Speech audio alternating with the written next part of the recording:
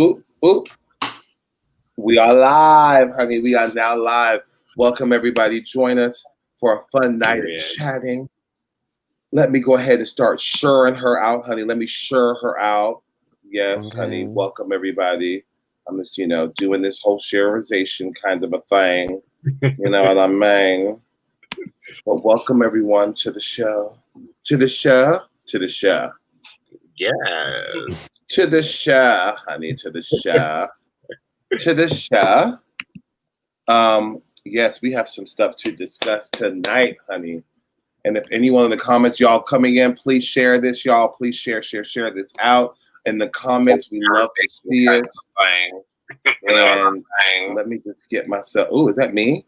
You better work. Yeah, I'm so sorry. So hold up. It's okay. Okay, never mind. I had went to share the video. I clicked on the video by accident. Oh, that's okay.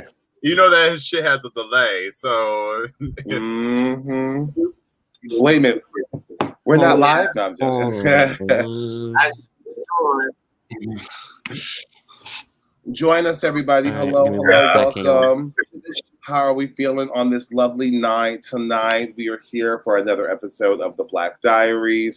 Y'all, if y'all can share this out and share the love, we would love to see it. We have a lot of great topics to talk about, hunty. And yeah, so welcome, everybody. Welcome. Oh, let me share it to another little page too, right quick, just so we got it. We love a shareization. And thank y'all again for joining us on this lovely Wednesday. We're here every single Wednesday night at 7 p.m. right here on the Vent Channel page. Serving up the tea, talking about some good topics. And I'm just going to make sure we're all set. And again, if y'all can just share this out, please. Share the love. Dalyla will. Somebody, I don't know who that is. Yes, y'all. Thank you again for your love and your support. Of course, our Venmos are listed. Let me actually do that as well. And let me post and pin that right quick. We love a Venmo. Okay, so I just posted all of our Venmos. And again, if y'all are watching, just share it out because we want to make sure the love is there and the same amount of love that we had in June, as I love to say. Because, Black June was one thing. And these hoes ain't living for this show like they used to, honey. But it's okay. Yes. Vinchelle. I don't think my Venmo's in the comment. No. Damn. I messed it up. Damn. Hold on. I'll redo it. Uh-oh, everyone's leaving us. Oh my God. Hold on now, child. We're going through it today, aren't we? Well, join us, y'all. Let me just re-edit this Venmo. I'm so sorry. I thought I put everybody in. Oh, I put Zafira. I'm sorry. All right, hold on. What's yours is right there. Good name for drag. Wow, we're a little laggy today, guys. So sorry about that. Messing up left and right. I see Omyra and Dalyla have joined us back. I'm going to add them in 2 seconds. Oh, I just deleted it. Wait, hold on. Oh my God, I'm a mess. Oh my God. You're doing amazing, sweetie. Yeah. All right. Hello. Welcome. Okay. We'll get to the Venmos in a minute. We gotta get to the show now. So again, if everyone can just help us out and share us out, we appreciate it. And now we'll just go ahead and get started. We have such an amazing panel with us today. We have the lovely, the one and the. Oh wait, hold on. I think I can do this. Okay, we have the one and the only Avery Goodname joining us tonight. Yes, Avery. Hello. Yes. Work. They're a little frozen like the musical. Okay. Yes. Work. It's okay. We have Kareem Mixed Leather 2020 in the house. We got my sis Dalyla Mizani Cristal, honey. Yes. Yes. We have the lovely Omyra Lynn in the house, hunty. Yes, yes, yes. Hello. And Sir Donyx will be joining us very, very soon. So, yeah. So we should go ahead and get started. Again, if you're in the comment section, make sure you just help a sister out and share her out to all your friends. So, you know, we can get that love and support, hunty. And again, thank you for watching. So, and of course, we're here every single week, and we have lots to talk about. So I want to go ahead and I want to start off by a topic that I think everyone has been discussing. And if you have not watched it, please, after this, watch it. But there was a huge, epic thing that happened on Instagram on Monday night, and it was beautiful because it was 1.2 million viewers, and it was two lovely Black women on Instagram getting all those views. And I love that. And it was also really good to see everyone come together, especially in the comments. I think Michelle Obama was in the comments and everything. That was amazing. Simone Sanders hacked Joe Biden. Everybody. Really? Oh my God. Yes, Joe was in the room. Well, Simone Sanders had the account. He did. Simone Sanders had the account and tweeted a little, American flag and whatnot. Ooh, we got Donyx in the house. Woo! Y'all two, look at y'all two. Y'all two look like y'all. Okay. See, y'all be like, everyone's like, how come you don't get dragged? Because, girl, I ain't got time with these hoes up on here. Honey. Oh my goodness. Well, welcome. Donyx, how are you doing? How are you doing on this lovely night? Stressed. Oh, well. I got a lot of virtual shit. So, like, I've been in drag every day, filming shit on a camera. So, yeah. We love that. We love that. Well, again, I appreciate you all for joining. So now I'm sorry, so we got cut off. We got distracted. So back to the thing. So listen. Monday night was something serious. It was Brandy versus Monica. If you did not watch it, please go and watch it. Now I want to know your thoughts and your, Kareem, go ahead, break something down. How do you feel about what happened on Monday? I was just really glad that the two were able to kind of coexist in the room for the better good of the Black, community, because you already know that Monica and Brandy have this, long, drawn out beef, quote unquote, because of, being always compared to each other and whatnot. It was everything that I expected it to be, and then some. Monica looks really cute in her little outfit with her little beret and stuff like that. And I think Brandy was kind of throwing shade to Monica with those slides that she had on her damn feet. They looked like they were from a Walk Out My Life video. I was like, no Nike slides for female. Not Nike slides. Oh my goodness. Oh my gosh. But it was really cool to see, two Black women that I grew up with their music be, present in that space together, and just to share their music with the, and also kind of just coexist. Obviously they don't really care for each other much, but they were at least able to kind of coexist. I don't know what's going on here. They were able to coexist in the space and just give us the good music and the good hits. I was bopping around, doing my little dance and stuff like that. So yeah, I enjoyed it. I really did. There was definitely some shady moments in there, though. Yeah, Omyra and I were kind of talking about that a little bit. Yeah, I would say that I love both of their music. I am obsessed with both of their music. I like every song that came on. I was like, oh my God, this is it. Typically, I think I'm more of a Brandy listener. I will say that I knew more. Let's say I knew pretty much all of Brandy's songs that she played versus some of Monica's. I was like, oh, I didn't know that one. But I still love Monica. I hate to do the whole comparison thing, but I do think that they did it. Brandy was just on what did they say? Brandy was from Mount Airy and Monica is from North Philly. That's what they were saying, right? No, that's what they were saying because Brandy was on a whole nother level, honey. And I think, but that's Brandy though. Brandy's always been hype, sarcastic, a little, snooty duty. Where Monica is very like chill. I'm there. I'm getting paid to be here.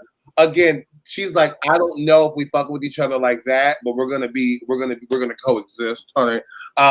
Especially for that good check and that 1.2 million views. So, but I do think it was really nice. Omyra, what do you think? What's your thoughts? I lived. So for me, it was like a whole thing of like, this was like definitely, we wanted this. Like, how long have we like seriously wanted them in the same room singing and like vibing off of music together? Like I grew up listening to my first thing I ever bought with my own money, went to my grandma's house, did all the things I needed to do for her to pay me some money so that I could go and buy Brandy. So I could go and buy Brandy's the first one. And I just was like, from there on, Thea, I was infatuated. Moesha, of course, I'm always infatuated. And then, but Monica has always been like this girl. Like I feel like that's a great comparison. Would you say? Yeah, that's it. I think Icon was saying that on their show. Yeah, Icon was saying that like yesterday. It was Brandy's from Mount Airy and Monica's from North Philly. Yeah, welcome back, for Avery. The culture for all the girls, for all the girls, I think it was necessary for them to get into a room, especially like this ongoing like craziness that we all still don't even know what happened, but I'm pretty sure Brandy got beat up. But it's whether or not. Did you low key catch that? Did you catch when Brandy? But did you catch when Brandy was like? Because Brandy said at one point, "Well, I was a part of that," and Monica was like, First of all, we talked about not saying this on live." So Monica was like, "I'm not abusive," and Brandy was like, "Okay, we can go on." I was like, "Oh shit, Brandy, we talking too much." You see how Brandy was also playing the whole like, "Oh, you gonna say what she say?" Like she said "ho" or something. Monica said "ho" or something like that, and then Brandy's like, "Oh, well, like my 18-year-old is in the building, girl. She 18." I was like, Brandy, your daughter is 30 years old. She knows what a hoe is. The whole thing, Your brother is on Love and Hip Hop. Pushing bitches in the pool and shit. Like, we know. Well, I mean, and didn't he have to still be there? Didn't he have to still be there? She said, Ray J around here somewhere. I said, I bet he is somewhere. Yeah, he was right there. You can't never get a check without being on your hotel somewhere. But okay. Of course he had to be up in the mix, but I'm glad I didn't have to see him. I'm glad I didn't have to see him. But no, I thought it was amazing. You said you was doing like you was bopping and stuff. Me, I had my whole like microphone out, like I call her Sasa Giselle Roxanne, and I had my microphone out, and I was doing all of the things off of every song that they played, and then also like I was telling you earlier, Vinshaw, I was like, I never realized how Full Moon and what's the Monica album that I said they go so well together because them playing the song where she was playing like Full Moon songs and then she was playing like other songs of hers, but it happened to be a certain album. It's the one where Missy is on there a lot. But for Monica, but it was like I was like, oh, so I feel like I might like a mix with them with that them albums would be really cool. Like I live for it. It gave me everything I needed, Steve, all the shade I needed. Is it Street Symphony? No, it's the one it's funny how the tables turn. Oh, that album. Also, I do remember this. Stuff. I do remember this moment, Steve. Oh my God, that's what Brandy alluded to at one point throughout the night, and I think Brandy was a little scared. Monica busted the grape. And I really want y'all to go back and watch it, because the way Monica gets close to Brandy at the end of that performance, and Monica's looking like, and Brandy's like scared shitless. I love it. They're funny together. They're good together. They just don't like each other. Or I get the vibe that Monica that's what really they need like to understand Brandy. is that they're good together, and we live for emotion. So I think have y'all below? just don't, because Brandy got mollywopped, and it's like, I don't want to be in the same room with this bitch because she's crazy. Oh my God. I don't think Monica is really that crazy though. I think she popped you once and you like learned your lesson. Now you think like, oh God. Let me stay away from this girl. She's crazy. Show it. Literally. I'm assuming Avery and Donyx, have y'all seen it? Have y'all not seen it? I don't know who that meant. I don't know who these people are. I am so sorry. Am I about to get hate cried? What happened? You don't know who Monica and Brandy is? I know who Brandy is from the Cinderella movie, but I don't know who. Oh. Okay, well, everybody, please make sure you. Well, I'll give you points for that, but everyone, please do this demos because Donyx said I gotta go. Yeah, I need a Venmo. I need some money. Okay. Look, y'all got grandma leaving out the room now. Is my mic on you? Can y'all hear me? See what you did? Yes, we can hear you, Dalyla. She angry now. So she's gonna be blasting one of them days. All I gotta say is this about Brandy for 3 days now. Hold on. I think Dalyla, go ahead. This is all I gotta say about Brandy versus Monica, because they're a little bit before my time, but like I also grew up with knowing their music, so I'm very unbiased to both of them, and I respect both of them. But all I gotta say is this: before Kim Kardashian was Ray J girlfriend, she was Brandy's friend. That's all I gotta say. So if y'all still picking a winner for Brandy versus Monica, that's all I'm saying. If y'all counting points. Well, you know what? Plus, like how she was cleaning out the closets. Was she cleaning out the closets? Would you consider? Girl, basically, clean the closet out. Brandy, to bring up the fact that Monica is out taping for Omyra.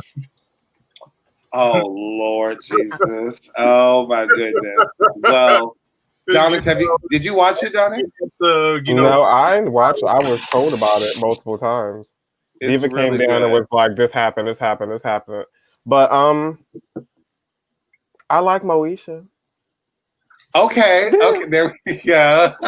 Okay, Moesha, at least okay, because y'all are all making me feel so old. Avery's making me feel old. Avery's like Cinderella. I'm like, oh my God. No, I'm like 12. It's not that. Oh my God. No, but I haven't heard. I honestly don't think I've ever listened to anything from Monica, to be quite honest. And if I did, I wasn't like a fan. But Brandy, I love her. No, I'm just saying. Love her. Yeah. But you know what though? This is a really good trend. Boy, if you ever. You're going in and out, boo. Me? A little bit, yeah. Because of this damn Wi-Fi. Try to turn it off too. I know Wi-Fi is killing, honey. Wi-Fi is killing. But listen, try to turn it off and see. But this is a really good transition. That's what I wanted to go to. It's a good transition because also, who do y'all think is going to be next up on the battle? I heard a rumor that it was going to be Keisha Cole versus Ashanti. Lord Jesus! But what do you? What do y'all think? Excuse me? I heard a rumor. That's what I heard.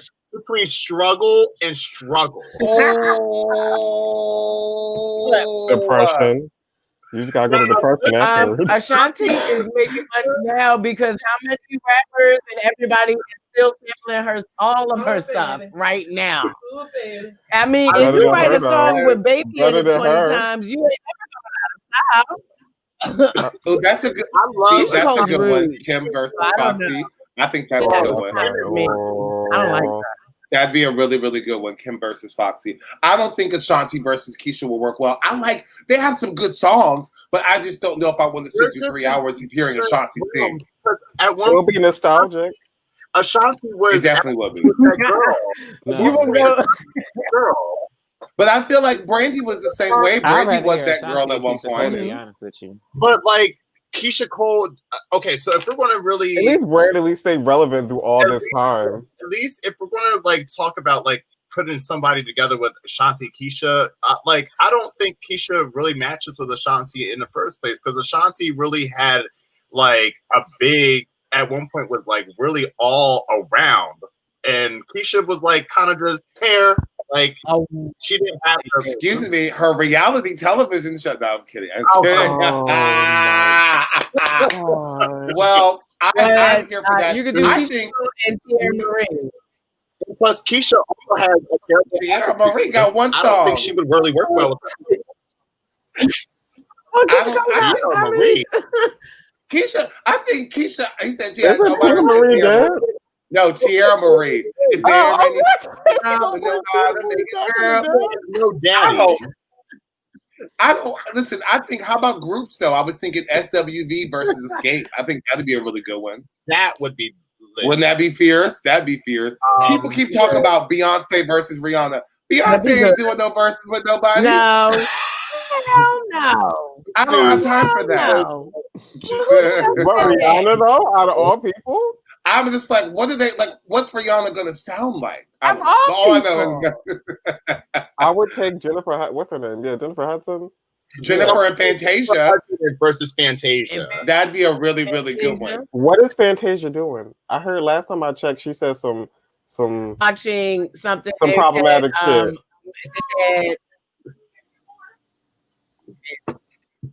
She said something about women getting beat or something like that, or women have to be submissive to their man. Fantasia said that recently.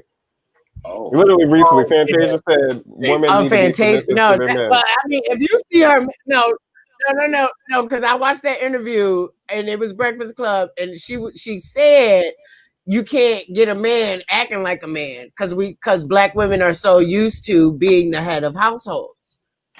So we not as if. But they not used to like that. That's kind of where she was going with it. But have you seen Fantasia's man? No, I haven't seen Fantasia. Yeah, her man is fine. I would give her. Is her man fine? Her man is fine. I'll Google him later. Oh yeah. I'll Google him later. Okay. So actually, you know what? I want Diana versus Patty. What? Diana can't handle that heat. Diana can't handle that heat. Diana would never vocally be able to handle Patty's heat. Y'all know I love me some Diana. I'm just saying. Like, no. Hold on. I'm just saying because personally, I want to know if Patty's still mad about the dress situation with Diana back in the day. Oh yeah, that half a disc. I just want to know.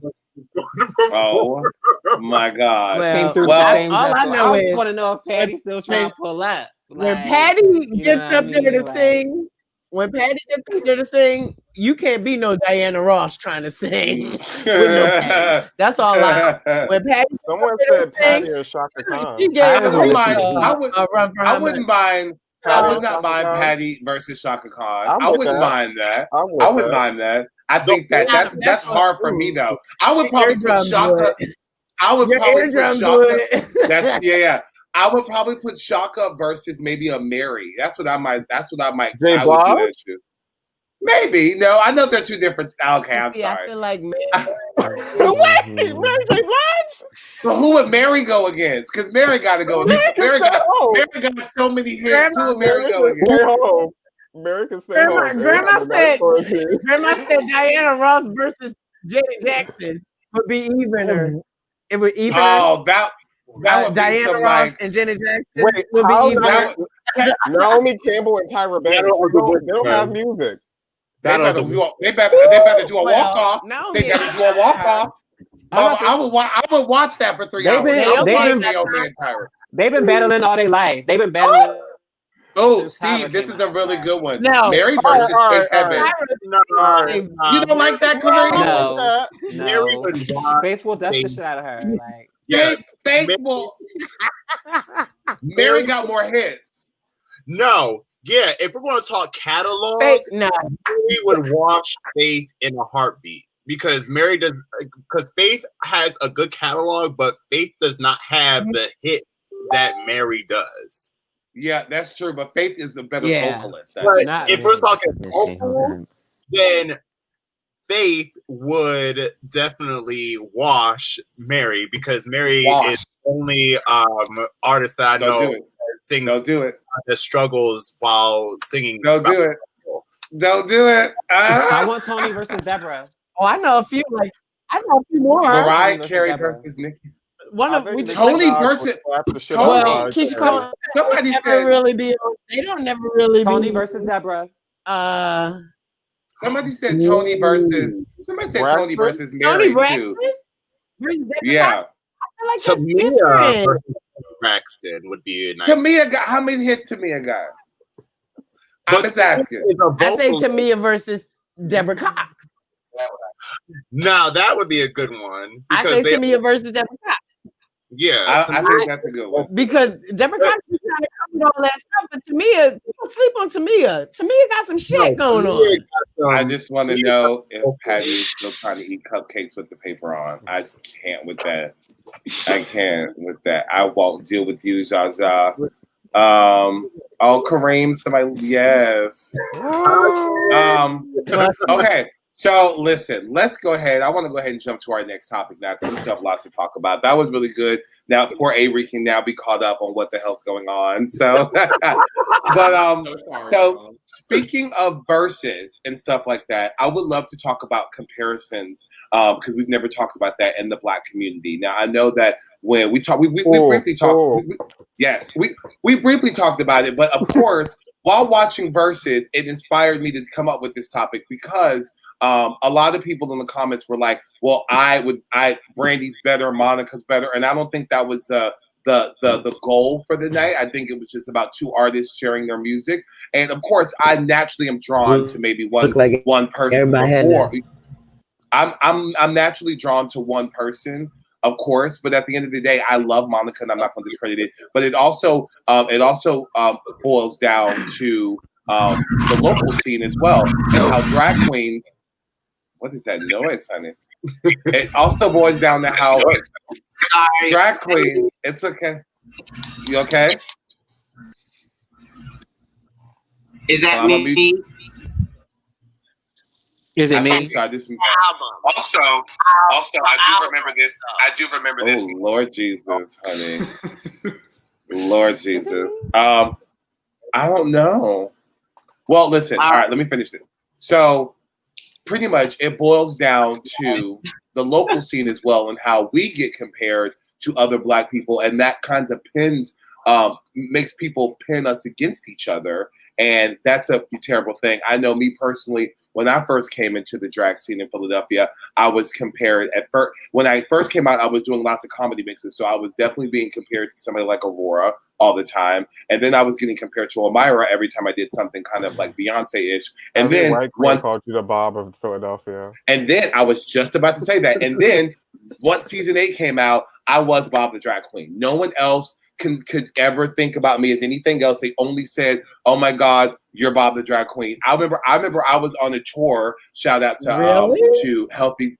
Yes, shout out to Healthy Sexual. I was doing a tour with them for different prides, and I remember I would go around to different cities, y'all, and I would be on the mic talking, and people would stop, and they would be like, "Is that Bob?" And I will never forget. I just had it one day. And I was on the mic, and I got off the mic, and I remember I saw my manager here, my poor manager. She was like, "What the fuck is wrong with you?" My manager was right here, and somebody came up to her, and they were like, "Hey, excuse me, is that Bob the Drag Queen?" And I was like, "No, it's not. I'm Big Chell. I'm my own person." Like, I went ballistic on them, and it kills me because it's like I would get compared, and then once I started doing my tribal makeup, it was, "Oh, you're BB." Can I not just be my damn self? Why do I have to be compared? And that's the thing. Go ahead, Donna.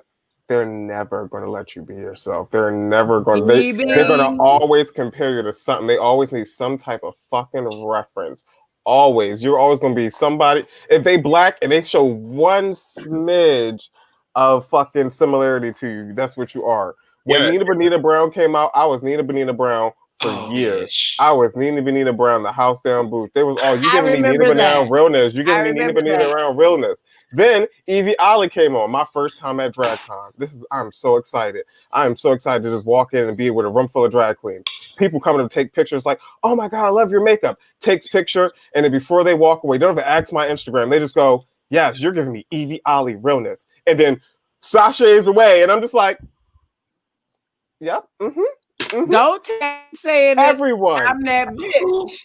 Everyone at DragCon said I was Evie Ollie. You want to yell that, but you know, then next thing you know, she's angry and black and yelling. That's right. wild. I mean, that's true. Really? It got to the point I stopped taking pictures with Bob people. Is like, what happened, Bill? I think you're going into that. Uh-oh. Omyra, say that again. Me. Say that again. I just couldn't believe that people compared you to Bob the drag queen, and then Evie Oddly. Like, how long have you been doing? Like, before these people even known who Evie Oddly was? That's the thing. You're giving I remember. me Evie Oddly. Oh, now I'm Crystal Method, y'all. Forgot about Girl, that. that is Method a now. super slinky scratch. Are you kidding me? When Crystal Method came out, her fucking filter, people were tagging me like, I'm giving Sir Donyx Rose a yes, Crystal Method. Crystal Method would pull a look. Her devil costume on Drag Race, I was tagged in that. I was sent that. They was like, yes, Sir Donyx, this is you. This is Sir Donyx, you're Crystal Method. Any look that Crystal have done on the runway, bet you I can pull up all receipts that I was tagged or sent the picture of Crystal Method in comparison of what I've done. I just think that white people love to compare, especially white people love to compare a lot of black artists. And I've noticed that in the drag community that we often get compared, even locally, but if we get compared to like different Drag Race girls. And it's like, it's really upsetting and obnoxious because I'm like, I feel like I'm incomparable. Like, you can't compare me to anybody else. Because, I mean, Bob doesn't do half the things that I can do, and I don't do things that Bob does. So it's like, and I mean, I'm just being real. Like, I'm sorry, I had to say it. Like, it gets frustrating. Like, my makeup, never mind. But, hey, so what, oh, no. But even, like, to counter what you said, Donna, when I went to DragCon. Look like Trade, like she dropped an album or something like that. Looking like Trade, House Trade, about to drop an album, came up. Oh my goodness gracious! Listen. But no, what Donyx said as well. Like, I would go to a drag con and like African realness, and everyone would think I was BB. And so I was just like, this is really ridiculous. Like, you're giving BB realness. Can I ask a question? Mm-hmm. Are they comparing you to BB, or are they getting you confused with BB? No, Avery, they literally look you right in the face, compliment you, give you all this praise, and then say, yes, you're giving me BB realness, you're giving me Bob the drag queen realness, you're giving me Evie Ollie realness, or yes, you look like Evie Ollie, or they'll blatantly go out and be like, Bob drag queen? Evie Ollie? Like, they'll literally say that to you. Is that you? Like, they'll literally say that to you. Check the ad. Like, it's not me. Never seen drag queen before. They only know Drag Race, and that's literally the first thing they will say to you. That's what I was gonna ask. Is like, why is Drag Race? Why is every single drag queen alive have to be some subsection of some Drag Race queen? Because I've had 3 different college white girls tell me that I am Black Trixie Mattel because I do like a harsh contour, and I said, I don't understand. Black Trixie Mattel. On that note, I got to drink a little bit on that note. I'm with you. I'm going right there with you. I don't know. Okay, Dalyla, have you ever been compared to anybody, like locally or in Drag Race? Oh yes. There's this one photo that Saka took for me. And I forgot who told me that, but they said I looked like early Omyra. And then there early were on my damn. Like, did they notice how I really want early on Omyra. Early on Yeah, a lot Omyra. of people say that about And Dalyla. They say that they compare her to early Omyra. I don't know. I really want y'all to sip on this one. I really want y'all to never. He was. She would wear glitter as highlight. Like she was kind of out there. So I don't know. Like it's just because you're black. That's it. And you Early did. Omyra, I'm like no, but that's what I'm saying. Because more often than Omyra, I get compared to Marcha. I was looking in the beginning. Oh. No, but I'm saying like wait, did y'all hear what I said though? No, go ahead. No, go ahead. No, I was saying like, but Marcha? more than you, I get compared to Marcha. Really? And that y'all look different. I mean, and my sister's gorgeous, but no, all y'all are. No, that's the thing. All of us are gorgeous, but it's like we're not each other. We are our own person. Yeah. When I was natural, they used to call me Zavera. Really? Anytime I was natural, they used to compare me to Zavera Rivers. They used to say Zavera is me, or I'm Zavera, but Zavera can lip sync. Oh, but any other time they'd be like, "Oh, well, I don't really think you're in drag, Dalyla. I see you more of a showgirl." So I would. Well, that's wait a minute. Drag queen anyway. The white people's opinion. Yeah. Somebody said, and it was always a white person. Well, y'all remember Misty Maven? Love, So me and Misty were really close, and we used to pump down 13th Street together like all the time, like to the point where we did The Boy Is Mine together. We have done like mirror like situations and stuff like that together, but everybody would always confuse us with each other, and to the point where we both have had instances where we've cursed people out. I can say mine was I got out of a cab. And somebody now, Misty was known for wearing like this like green, like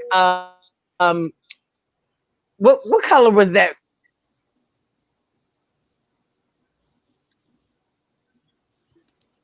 Omyra, like Wi-Fi cutting down. Omyra, can you try to turn off your Wi-Fi? Because very Azalea Banks before Azalea Banks. And then next thing you know, hold on, y'all. Oh. Omyra, can you turn off your Wi-Fi? Because I think it keeps cutting off in and out. Turn it off. Omyra. All right. Yeah, because it keeps going in and out. Now, okay. So while you do that, Kareem, you are in a completely Kareem. So you are in the leather community. Have you felt like that you were getting compared to other people in the leather community? No. Okay. I never felt like I ever was compared because I am fairly still new to the leather community. I'm only 2 years in, like exploring that kind of side of me. And so when I came in here, like I kind of did it my own authentic way. And I feel like I've never really been compared to somebody. I've never heard any comparisons. I've actually heard people more so compare me to, like, as far as looks wise, like to other artists. They've said that I look like Kanye West, like stun double, like basically saying like I look like Kanye West, and I'm like, bitch, where? So like, and then like other than that, like other stuff like music wise, like I'll get like other like influences, like, oh, I hear this or whatnot, but I kind of like hear. It's kind of different for me, like music wise, because like I kind of take those as compliments, because like whenever I hear someone like compare my voice to like someone that is like has a great sounding voice, like people saying like, oh, you should sing Luther Vandross because you have the voice for it, because I hear that kind of thing. I'm like, okay, like I take those as compliments. So it kind of is really weird on that spectrum, because I kind of take those as compliments, but like as far as like looks and aesthetics, like I don't think those are compliments to like kind of compare other people, because like I am my own person as well. Like I want to make sure that I'm putting myself forward as my own individual and whatnot. And I want to make sure that like I am sharing my art the way that I want to, and not having it compared to somebody, or be. Is there somebody? Hold on. Is there somebody talking? I can't. Yeah, I'm sorry. Oh no, you're fine. You're fine. Yeah. I just want to make sure. But yeah, I totally get you on that. I want to get this comment. I feel people don't know how to talk about art other than their own perspective. That's why they reference work to other artists. I hear and see this as a painter. Yeah, listen. It's not. I'm not saying like I'm gonna really get mad at you, but I just want to say that I'm my own person, and that it always just we're dropping them, honey. I'm always my own person, and it's like it gets really upsetting to where my work and all I do always just I get compared to other people, and it's like, okay, like listen, you can call me AJ O'Hara all day, and I will probably get a hard on, but at the end of the day, it's like don't. But literally, you have to literally know that I am who I am, and like you can't. And it was very frustrating, and I think Donyx and I can really speak on this because of that damn show. It was very frustrating to continue to keep on getting compared. When Bob the Drag Queen came out, I don't think a lot of people know that that's all I was getting compared to as. And I was working in New York at the time, and people were saying that about me as well. I mean, no shade, Bianca Del Rio, when I met her, she was like, you're a mix between Bob and Monet, but you're funnier, or something like that. She was drunk, so she wasn't being serious, y'all. I think she was just being nice. We all know that ain't true. But yeah. So it was just. I mean, it don't always happen to us in our community. Like it's still like even in other POCs, like guess for like Lady Geisha and Yari, for instance. Literally, I've seen door security guards at Taboo go to Yari, Lady Geisha, and Yari's like, no, my name is Yari. Or I see people go to Lady Geisha and go, oh, you're Yari. There are two different body types. Yari got big ass titties out to their fucking chin, and like Geisha got human hair. Yari's hair is big as fuck. Like they're two totally different type of drag queens. But just because they're both just because they're both Asian, they compare it to be the same thing. This is interesting because, like, from what I've seen on the whole of social media from like comparison, like I don't really see. I mean, I see obviously queens of color getting compared to other queens of color a lot, but I also see a lot of queens of color getting compared to white queens and saying that they're like their race version of the white. Like when people call me to Black Trixie Mattel, they did the same thing to Rocco Sakura on season 12, and like I feel like we see it so much where like, especially because I think Monique Hart was saying in an interview on like Hey Queen or something that like people can like her but they can't relate to her. Like white fans of the show can like her but they can't relate to her because of the color of her skin. And I think going back to like the perspective thing, white fans will have white queens in the forefront of their brain. So whenever they see a queen of color with literally any attribute that even remotely reminds them of one of their white faves, it'll immediately be like, oh, you're that queen, but you're not white. So I have to like do the extra like hurdle to be like, girl, you're the Asian Trixie, you're the Black Trixie. Like it's just like, it doesn't make sense because I think the difference is like in music when what you were talking about, like when you were getting compared to other artists, it's more of like, I feel like music is a very like shared art form and everyone's pulling inspiration from other people. So like when it's like, yeah, you have a lot of Luther Vandross vibes in your music and you can be like, oh, that's a resource that I can pull from. Whereas since drag is such a personal expression thing, when people are like, you're this other person, it's like it completely strips away the layers and layers and layers of identity that I have put into my appearance because you've immediately stripped all of that away because you saw harsh contour and you thought that I was Trixie with some melanin. And drag is very personal, and it's like it's also a journey. Like performance in general is very personal. It's a journey. A lot of artists, drag artists in general, don't really know who they really, really are as an artist. Maybe 2 or 3 years into it. So when you're solidified, and like when I was getting compared to Bob all the time, it took you, but see, that's the thing. It takes people a longer time. I think I settled into mine maybe 3 years into it. However, the first 2 years was nothing but me getting compared to Bob. So it was like my first 2 years of doing drag was nothing but comparisons to Bob the Drag Queen. And it was like, oh my God, like, and I was like, at one point I was thinking to myself, like, should I become like Bob the Drag Queen? I was in my head like, maybe I should become like Bob the Drag Queen because that's what everyone thinks I am anyway, or maybe I should do this. But then I told myself, I was like, no, like, I'm African, A, and I really want to incorporate that to my drag, and B, I was like, I'm not going to I'm not going to be constricted to one person. And I'm really happy that of course we all go through different journeys, but I'm very happy to myself that I didn't go down that rabbit hole, because I literally was thinking like, oh, I'll just be like Bob, then fuck it. Like whatever Bob does, I'll just do. But I was like, no, that's not what makes you you. And so I'm about to start doing backflips and death drops and having a gap in her teeth. Better watch out for Paula. Oh my goodness! It's their voice. Their voice is that. It happens to Paula too. It does. It happens to a lot of us. Yeah, Paula got it, because I don't think Paula really was like. Because I remember I was talking to Paula about it. And Paula would be like, "Oh, you know." But I think when she finally realized when Heidi came on, I realized that she didn't like it too much.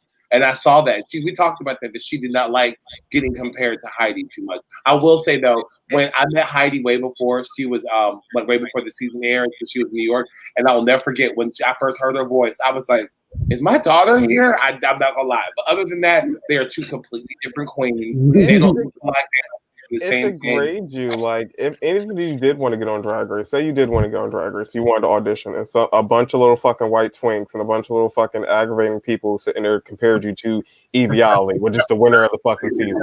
So it makes you not want to audition. It's like, damn, I'm just like this bitch. So if I audition, they're gonna be like, oh well, you just like this bitch. So there's no she's point not winning. Yeah, like it strips your whole like drive to want to do something, because it makes you seem like you're a carbon copy of somebody that you're not.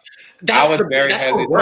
You're nothing like her. Yeah. Because I think I was hesitant to do. Sorry, I was going to say I was very hesitant to do these past couple of seasons, because then you had Monet just win All Star. So I was like, well, I'm done. Like I don't think they gonna want it. But like that's not how you think. Sorry, everybody.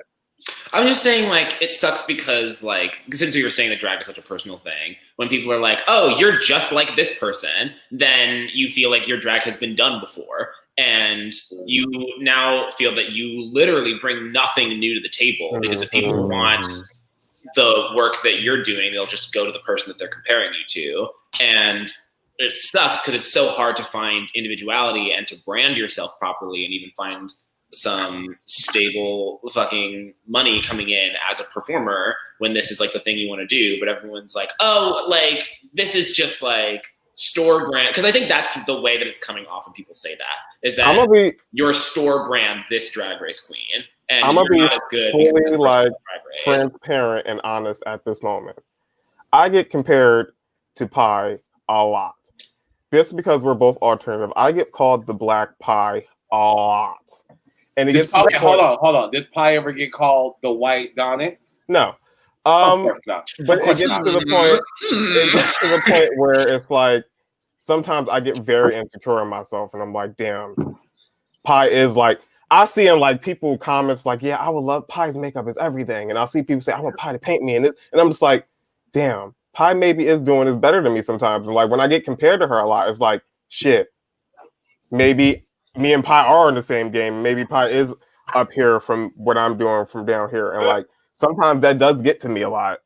And like that, like even being compared to a Drag Race queen is one thing, but being compared to a queen that you work to aside in your community that you see every day destroys your mental, because it's like, damn, and it's the community that does that. They're always going to be a step ahead of me because they're them and I'm apparently like them, the black version of them, which basically me, the black version of this person, that person.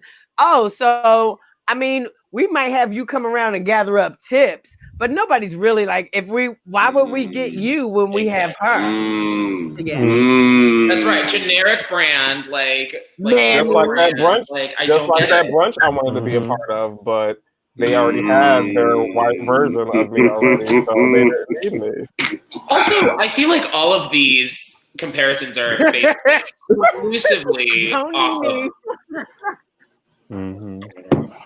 Whenever I hear this, I think about when Viola Davis would talk about how she would get compared to Meryl Streep all the time, and she would be called the Meryl Streep. And she was like, "No, that part. I'm imprinting my own experience. Like, I've gotten all this stuff because I did these roles. Meryl Streep didn't do all these roles. I put my own artistic value into these roles, and these are the reasons why I have these accolades, and I've gotten to the point where I've gotten to. So, like, every time I think about like this subject, because I see it happen so many times, even as like I put down the black Meryl Streep on my thing when I sent it in to y'all to for me to come read. Do you think I said, "Oh, I'm like the black Meryl Streep"? Like, why would you no? I didn't put that down. Like people. Why does anybody else feel as though they can say that? Yeah, it just heartens me because like Viola Davis, in my opinion, is like a little bit of a better actress than Meryl, in my opinion, because I think she got some acting chops on her and whatnot, and I just feel like it's heartening when you have to. Oh, there goes the white gaze. No, I'm just kidding. Oh, Jesus.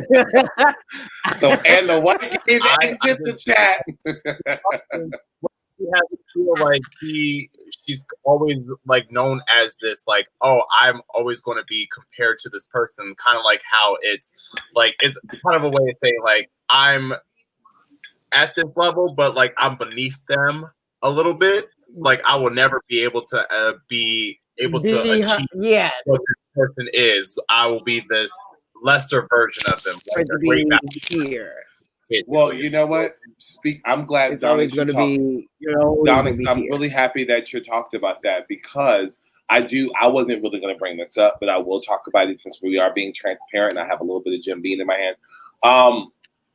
When I first came out in doing drag, I did a lot of comedy mixes, and that's kind of what I was known for. Was my stupid pop culture references, bullshit, blah, blah, blah. I think my first number was Nene Leakes number, or no, my first number was a Tyra Banks number.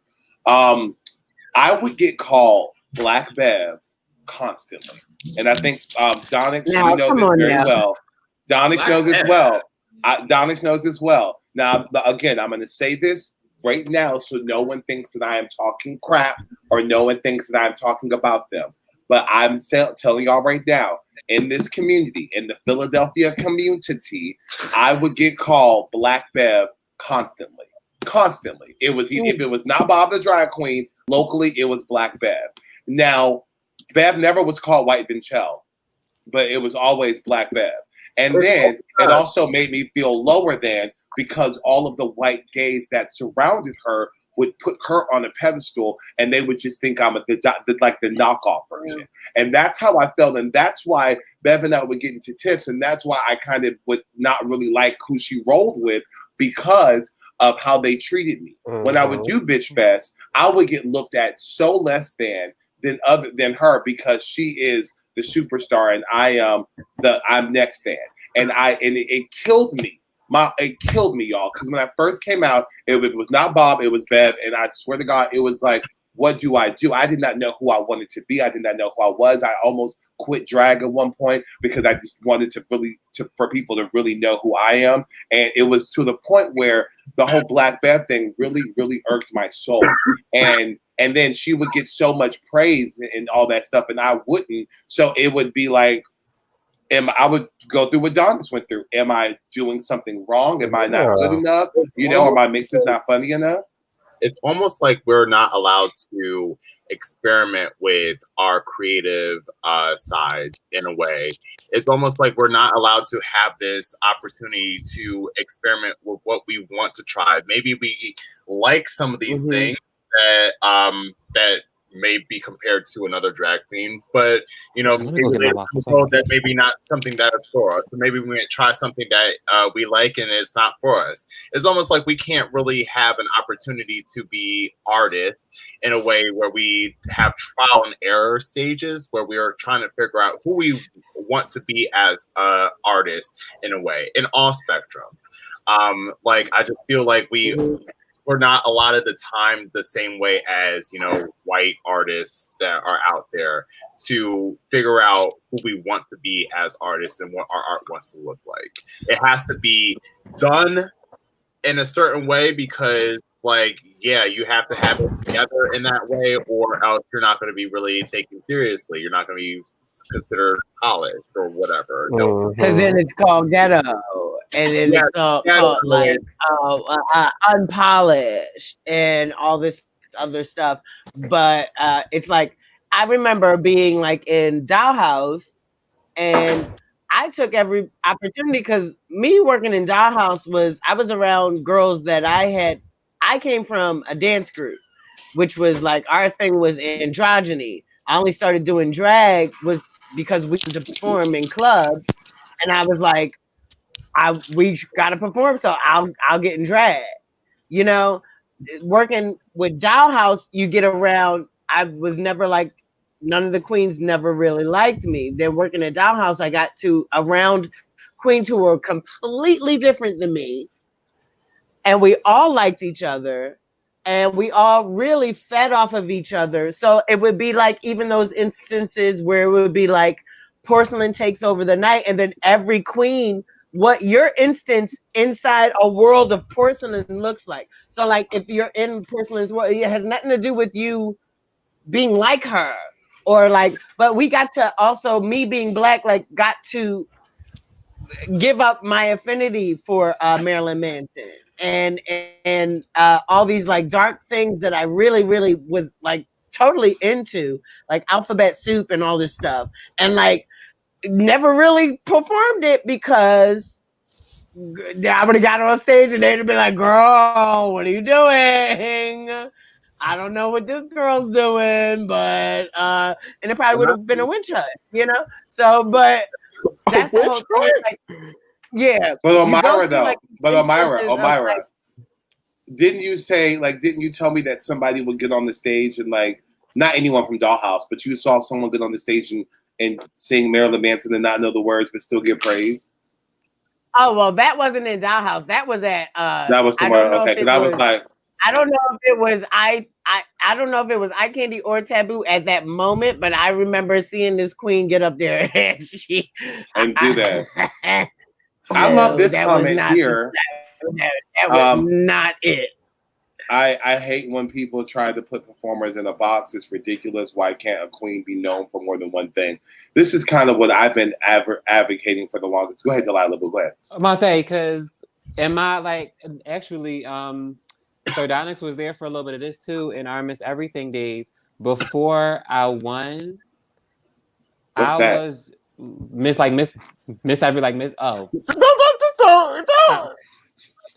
I'm talking. This is my experience. Okay? I'm so sorry. This is my experience. I apologize. I got confused. I'm so sorry. I'm so sorry. I'm just saying. I love you. I love you. When I was first coming out and I did this competition, before I won and before I really made a name for myself, they just called me the female Kamar Jewel. And and first of all, I didn't get it because he's theater, I'm hip hop, and we do have similarities and we have worked together. But aside from that, I do my own thing. It got to a point where he had to stop coming to me, or he had to stop coming with me to the competition just so that way people saw that I had my own brain and he wasn't just directing my shows or directing my performances. Mm-hmm. People really thought that all of the ideas that I had were his. And that's insane to me. That because I truly do hate, it's all fun and games at some point, but I really do hate that. And I also, to go back to what Matthew said, I do hate the whole putting people in a box thing. I really, truly do hate that. And I feel like that happens way too much in all fields of the performance industry. It's that, if Kareem sings something, like he can only sing this, they can only sing this, or Sir Donyx can only do this, or Vincha only does this. And I'm like, it's just ridiculous. And I've heard Kareem sing, and Kareem does lots of different things, not just one thing. But of course, they're going to put Kareem in the whole one little box, and like how they try to put me, they put me in the box, and they try to put you in the R&B box, and then they try to put me. I don't know what box they be putting me. I can't keep up with the kids nowadays. You were in the comedy box, now you're just in the black box. Right. I'm just in the black box. I'm just in the black box. It's like, it's crazy. It's a black box because with me, because nowadays, like when people introduce me now, it's not. It used to be going from the funny or the hilarious or the talented. Now it's only she's the activist. Makes a noise for Vinchelle, and I'm like, damn. Like and that's another thing I've been dealing with. I've been dealing with this personally. I have been dealing with this personally, but only because like I've just like been like, well, damn, am I talented? Only because it's like. And sometimes I be thinking to myself, like, well, I'm not going to, I be even telling myself, well, I'm not going to do a number this time, or I'm not going to perform, only because it's like, they only want to see me host, or it's like every time, Vinchelle, she is doing so much for the community, makes a noise for Vinchelle, and I'll be like, well, damn, can you not say the bitch can sing, or the bitch can dance? Like, fuck, I can't do nothing. It's just crazy to me. Black is a genre. Mm-hmm. And that's the thing. That's my genre now. That's literally my genre. That's what people think of me is I'm the black. I'm like the black queen because literally, y'all. And I'm not boasting or anything like that. But I do sing. I do all this stupid shit, y'all. Okay. And the fact that no one. It's just it's been boggling my mind. We're the one porn category on Pornhub. We're Ebony. Yeah. I need a Jim Beam. Where's the Jim Beam? Wait, hold on. I got two things. Because like, go ahead. No, I think like my biggest thing is like I've been seeing this a lot recently, but like I just hate that like white people will take the culture or the art that we as Black people have made, put a clip-on bang on it, and get called the blueprint, and then we are expected to live up to the standard that white people set for stuff we created, even though they get praised for mediocrity. And we have to either be the like epitome of Black excellence so that they can exploit us on their stories, or we're ghetto and we don't do the thing that we made in the first place good enough. But it's like I'll be at a show with Bev right nowadays. And they'll be like, make some noise for the hilariously funny Bev. And then they'll get to me, make some noise for, make some noise for the activist, Vinchelle. And I'm like, well, you know what? Like, but keep going. Yeah, like featuring the hilarious Vinchelle and the black Vinchelle. They're featuring black Vinchelle. That's pretty much what it is. They're like, no, she's not talented. She's Black. Okay. Here to start some shit. And that instantly makes all the white people feel like, oh, like she up in here, like, okay, like, so we gotta, like, it puts that on like secret guard, like, oh, she's an activist, so she gonna come up in here talking her shit, child. And lo and behold, you could have just been feeling like you wanted to do some Beyonce, some guard, like that, and just like have some fun. Guard, it's very funny to see white people go from very relaxed to very calculated and guarded with me because they don't ever know that I'm Black. And they'll see me for the first time, and they'll be so like, it's a feeling that I don't think anyone probably could ever like describe. Like they're very comfortable with you. Like you're in the white zone for a minute, and then once they really start to look at you and then realize that you're Black, it immediately cuts off, and they guarded as fuck. And they seem like they don't say things they were going to say before they figured out I was Black. This happens to me all the fucking time, and it's the most hilarious thing. I love that. You in makeup, you're like, what did you say about the hood? Well, and then he's like, oh my god. Wait, pulls off glove, goes, what? Let me my bad. You saying how they gradually realize that you're Black, so it's like instances of like it happens. It happens. One white woman said, one white woman straight up said nigga in front of me. It was like she was from like Italy or something. She was foreign. She straight up said nigga in front of me, and then she was like, "It's fine. There's no black people around here." And I was like, "Yo, sis, I'm black." I'm sweating. Like, I had to do just that. I had to take off the glove. I had to unbutton the top. I was like, "I'm black." If a white woman says the N-word and no black people are around to hear it, does it make a sound? Does it make a sound? Does she get her ass beat? Oh God! Wow! Oh my God! Wow! But Omyra, you are also really right too about the audience. It really does, because when I would do shows at these white ass places, and literally they would introduce me as, she's doing a lot of stuff for the black community in Philadelphia. Make some news for Vinchell, and like I would come out there, and automatically them white folks would be like, "Oh, she's one of them," and I'd be like, "Yeah." And I got that vibe a lot. Right, and meanwhile, you at like a bachelorette party that's all white women. Like, they should do a cupcake number. No, just try, right? I'm just trying to collect my money. You can't just say my tagline and my name, girl, and say what the song I'm going to do. I don't know. It'd be the extras. I'm like, say the tagline and the name. Keep going. Don't be trying to talk about. I appreciate your love. Or how they have to be like, "Oh my God, she's my friend. She's so chocolatey," or like, "She's so like." Because they gotta let everybody know there's a black girl coming out. Like, "Oh, this is my friend." We about to get real. We're not going to say their name. We about to get real. We about to get real hood tonight, y'all. It's famous for an introduction of Dalyla. It is famous for an introduction of Dalyla. We're not going to say the queen's name. Hold on. Wait, Donyx, go ahead. Wait, it's famous. There's an introduction for Dalyla, and we're not going to say this queen's name, but this queen will always go, "Yes, the buttery, the chocolate. Yes, they about to serve you some dances. The ratchet ass," and then they would be like, "No," and then they will fuck up their name. They will fuck up Dalyla's name. They will go Dalyla, Mizani, Cristal, Baker, and Dalyla will always go, "Please do not put Baker at the end of the fucking name." But we're not gonna say that queen's name. Oh no! They do it all the time. No. My favorite part is they also call Peaches ratchet too. If I'm in a show with Maria, or if I'm in a show with Jaja, they're the dancers. I'm the energy. But if I'm not, then I'm the dancer. I introduced a black bean. I didn't do that. I didn't do that. But at the same time, you're a dancer. What are you? No, that's my thing. No, like I know I'm a dancer. Have been saying that. Who had said that? In my mind, I'm like, if you it's you, Jaja, Marie, if it's dancers, that's dancers across the board, right? So why are you something different?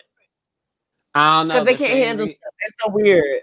It's so weird. But it's so, you know what? That's so funny that we talked about this. It's the build-up on the mic. I never really thought about that, but some white queens literally have to let the audience know that someone of color is coming out. They'll get on that mic and they'll be like, "All right, now y'all, it's time to get along." Right? It's time to get along. All the neck popping and the that. This girl, she is my friend, and I love her. I'm gonna love her too. Can I tell y'all something? I feel like it's very like what's that bitch's name who I hate from Flavor of Love? It's very buck wild. Like, where'd Jackson go? Like, it's very. Sorry. Ironically enough, her name is Becky. Well, I will see a lot of white. I got to an Instagram fight with her years ago when she called my chin big and I blocked her. Yeah. Oh wow, I'm done.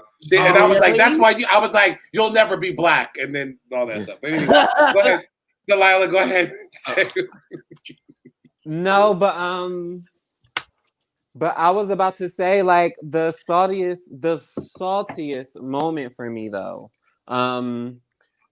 was when we were at the last drag awards, and like we got to the dance category, and we're going to get into why I just like made a speedy split for the doorway, right?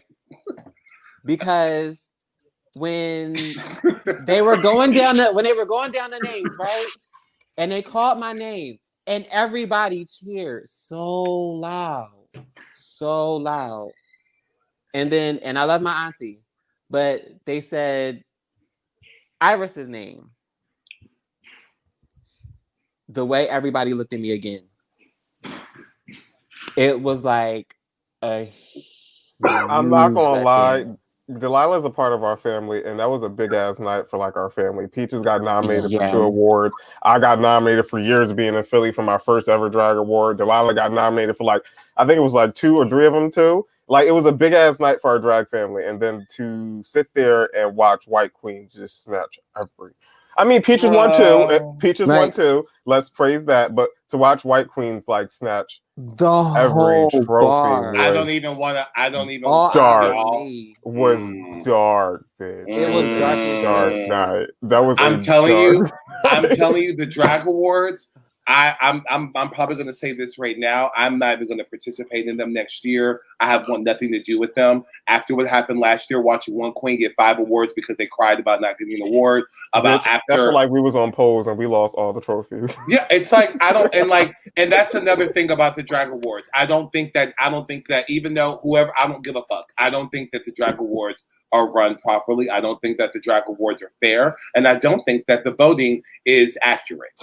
And I will say that up front. I don't think it's accurate. We know who ran it, and the person who ran it was very, even in the show that they ran before this, we're not going to say the name of the show, but they would pick and choose who they wanted to win, who they wanted to go home, and who they wanted to be, what the votes were to be. Even if the person got 50 votes, they can choose it to be 0 if they liked. So that person was very that. Exactly. And also, but somebody else helped them too. This past one, when their friend won 5 awards. All I know is that listen, at the end of the day, they said they were trying to be as fair as possible, but is that fair? It's active fool, because at the end of the day, and then I'm just being real, y'all. I'm not going to be a part of the drag awards at all next year. I'm gonna give a fuck about the drag awards. I'm gonna give a fuck about no plastic trophy. I know my value and I know my worth, and I appreciate all the love and support I get. But I'm not gonna be relying on. I'm not gonna go to an event where I'm not getting paid, try to get in drag and do something like that. At the end of the day, I love everybody, but I don't want to have anything to do with it, especially after the past 2 years. Is Avery running it next year? Oh, because they're with Bird Events, so I think Icon is running it. Well, I love you, Icon. I won't be there though. I won't be there. I'm not going to do it. After 2 years of getting slighted and shaded by the community and by what's going on, I have no desire to go to the drag awards. I have no desire to even think about the drag awards, only because I do think it's all about. I just don't. But I know that Icon is doing their best, and they're doing a good job with helping out and stuff like that. And I love you, Icon. I feel like the drag awards only focuses prior, not what Icon's doing now. Prior, the drag awards only focused on what happened in the neighborhood. There's so much things going in drag outside the neighborhood and so many other places.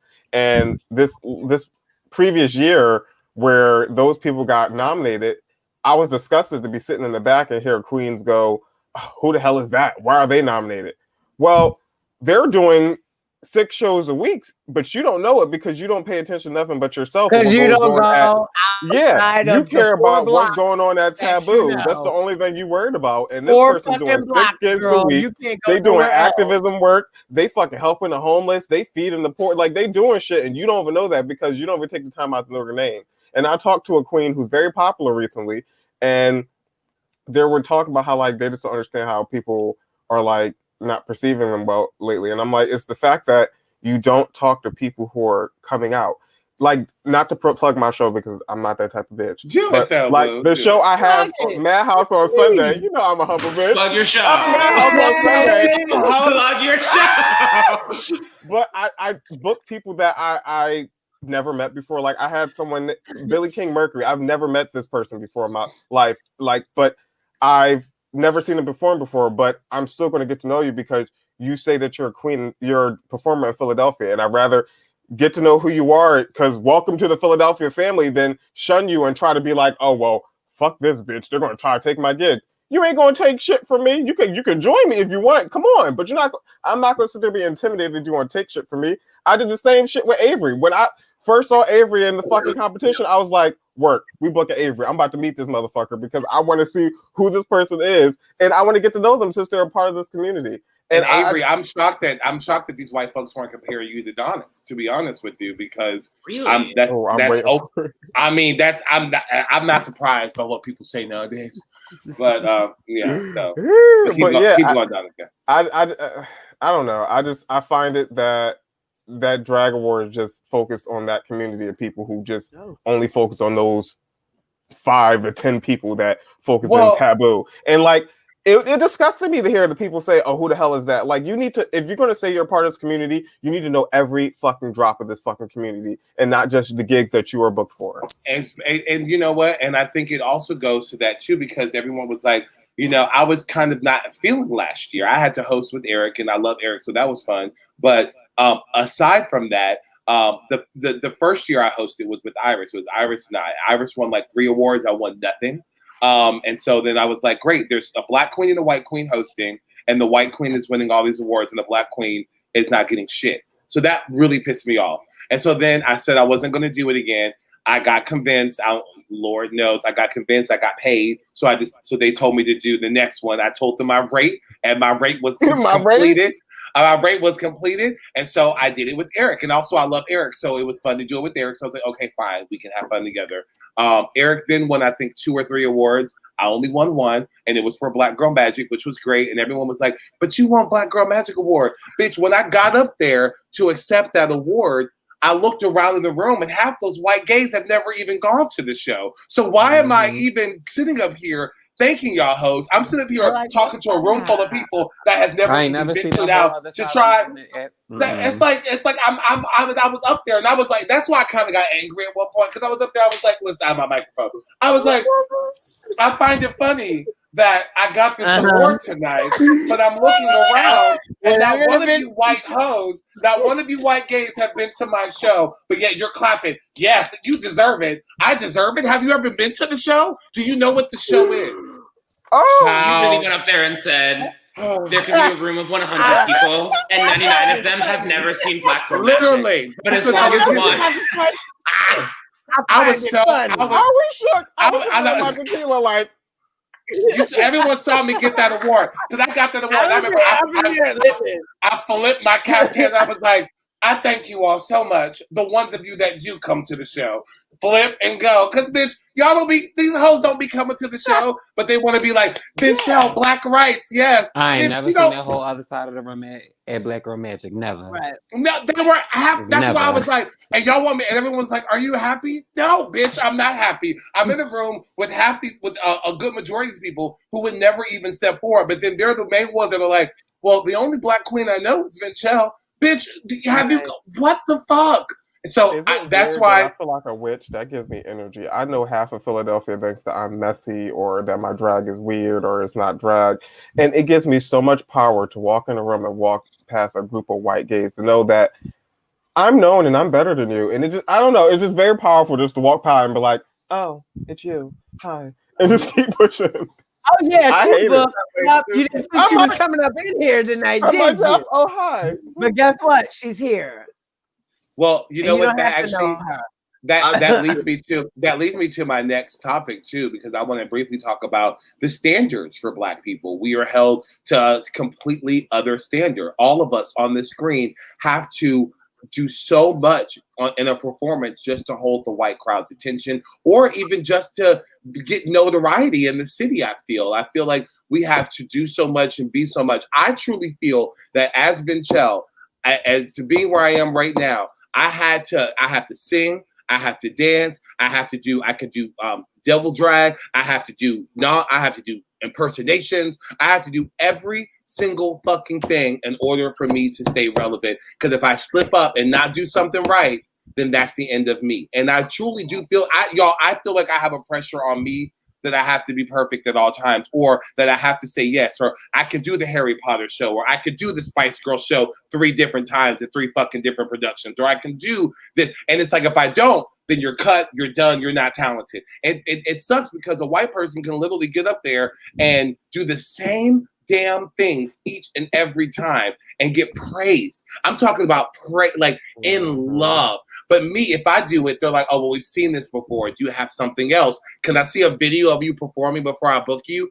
And it's just like, what? It's anxiety. It's so much anxiety. And it's like, yeah, I put the standard to myself that I do different looks all the time, but like knowing, I know some white alternative queens have done the same look, and it gives me so much anxiety to wear the same costume, to do the same look, to do the same anything, because I feel as though if I do, it's going to be tacked off. Like people are just going to just jump off the boat, different from another white queen who does the same look. They're going to be like, yes, I loved this look. Do it again, and they're going to enjoy it. But if I do it, I'm losing followers, I'm losing fans, I'm losing lights, electricity, all that.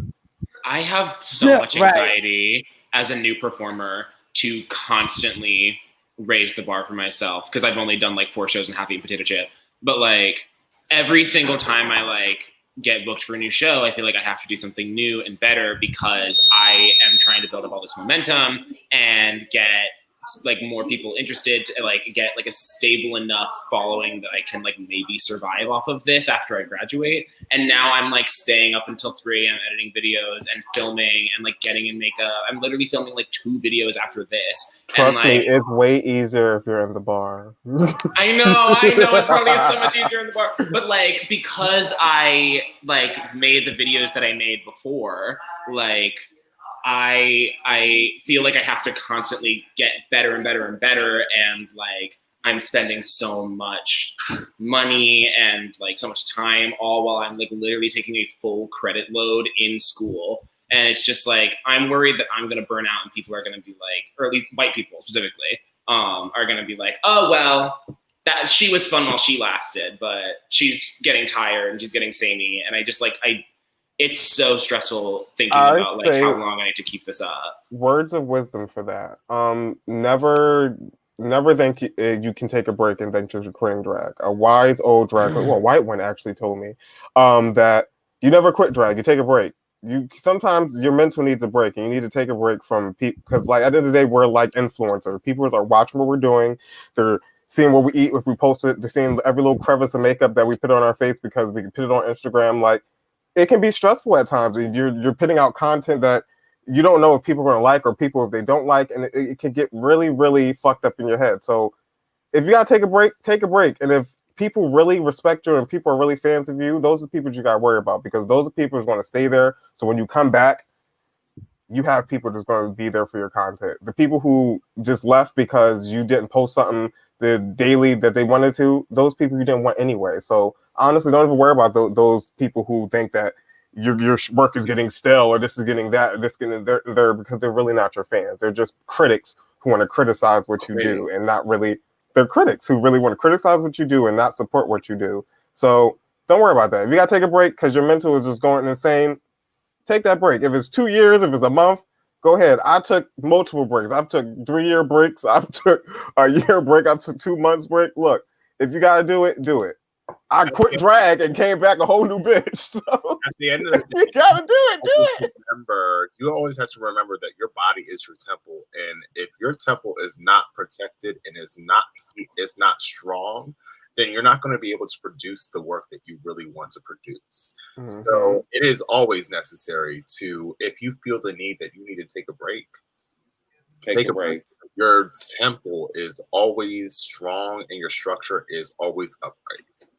Yeah, that's true. But I you know what? I do understand where Avery's coming from, because I do feel like, you know what I mean? But definitely do. Because but I think the advice that they both are giving you is very, very, very true. Definitely take care of yourself. But it's definitely difficult being a Black entertainer, because if we do, then people can like forget about us, or all of us are, replaceable, as they love to say. And like, so it's like, but at the end of the day, we have to take care of ourselves. But it's really, really difficult when we get up there and we get and we have to hold ourselves up to such a higher standard, backstage, on stage, before the show, after the show. And it's like, you know, there's some times where I know a particular queen who does not enjoy taking photos after the show, and they get kind of mean about it, and no one says anything. But yet when I do, I get talks. Hey, Vincho, you need to be a little bit nicer, or you know, you need to look a little bit happier. Or wow, you're angry, and it's like, oh my God, like I've been in drag since 9 a.m. It's 10 p.m.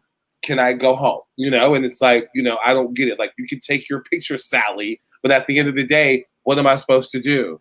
Like, what do you want me to do? Lick you? Like, I'm confused. Like, so it's just, it's so difficult with that. And it's rough because Donyx and stuff. It's rough because it's like, but even performance wise, I do feel like every time I get on stage, I have to do the most. And I feel like I have to over exceed what my white counterpart, whatever, is doing. Because if I don't, co-worker, thank you. Like co-worker. If I don't, then I'll get looked at as less than.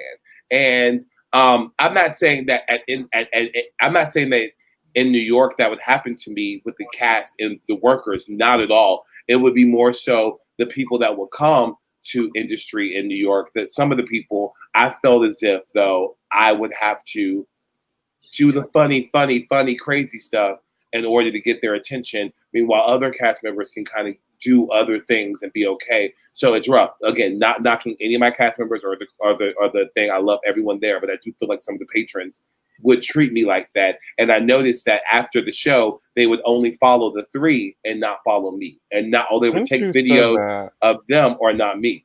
Question, do you feel as though you have to be funny when you go to shows? Because yeah, I consider myself comedic, but like I only dabbled in the comedics because I felt like that's the only thing people react to. So did you feel as though when you're in like a cast full of white people that you have to be comedic?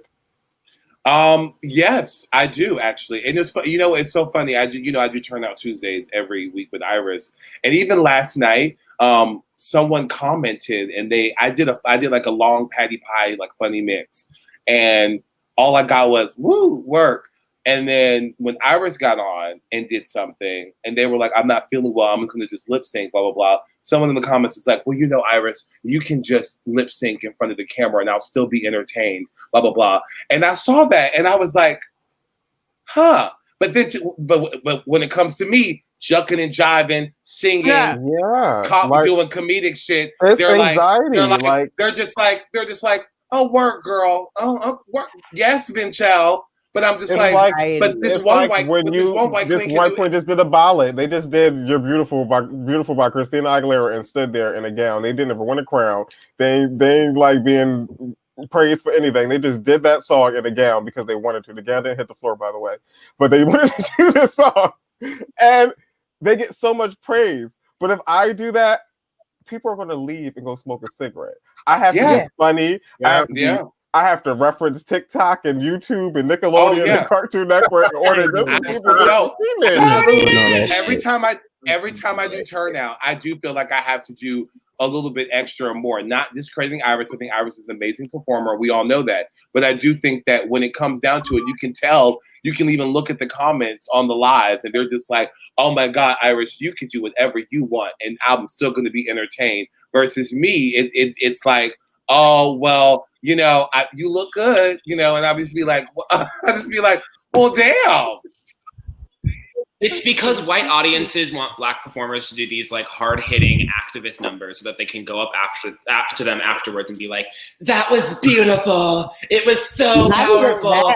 I am enlightened. And then get in the car and go, that was enough activism for today. And then go home. Like, I'm doing slave songs every time I go on stage. They want that, but they also want you to have been jailed and chuck and jive. No. What'd you say, Omyra? Like I said they do want that, but they also want, like you said, Vinchell, to shuck and jive.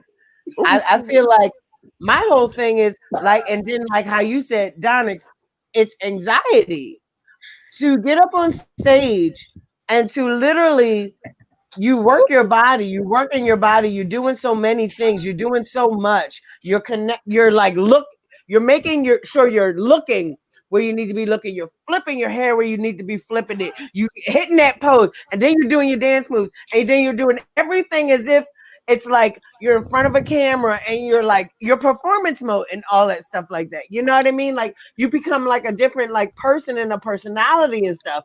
And you are doing it when this bitch is barely knows her words, barely knows choreography. Just her wig. For just the chorus. Just her wig. Barely has her wig on. Barely has her shit tucked right. Barely has like anything, like, you know what I mean? And it's anxiety. I know for me, which is why I have stepped back a lot.